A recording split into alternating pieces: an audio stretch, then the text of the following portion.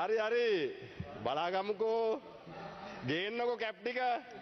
ගෙනාවට පස්සේ බලාගමුකෝ. මේ කාගිල් ස්පොට් සිටි 42 වෙනි සංවත්සරයයි වාසනාවන්ත ජයග්‍රාහකින් 42 දෙනෙකුට රන් කාසි 42ක්. දැන් මාස 7ක ස්ථාවර තැන්පතු සඳහා 8.52ක අසම සමපොලියක් LB යසෙසුරු. අපි අමාරුවෙන් මේ රට ගොඩ දාන්න කියනවා. හැබැයි ආණ්ඩුවට කැප් ගේන්න සල්ලි තියෙනවා.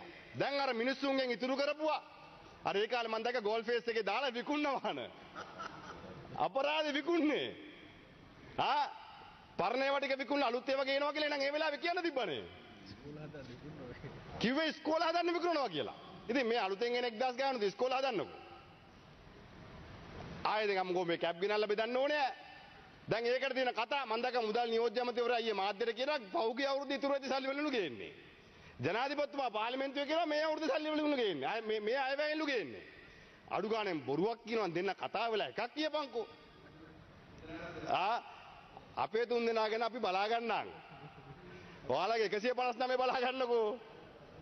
අපි අපේ ගැන බලා ගන්නම්. අපි තේරෙනවා අපි තුන් දෙනා ගැන තමයි අමාරුව තියෙන්නේ. ගරු නියෝජ්‍ය කතානායකතුමනි. හරි බලාගමුකෝ.